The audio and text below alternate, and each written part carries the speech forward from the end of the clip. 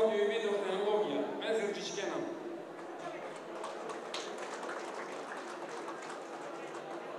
Studijski program prehrambena tehnologija, Papić Dženi. Posebno naše bogatstvo su studenti koji danas zajedno sa vama ima oko 4000.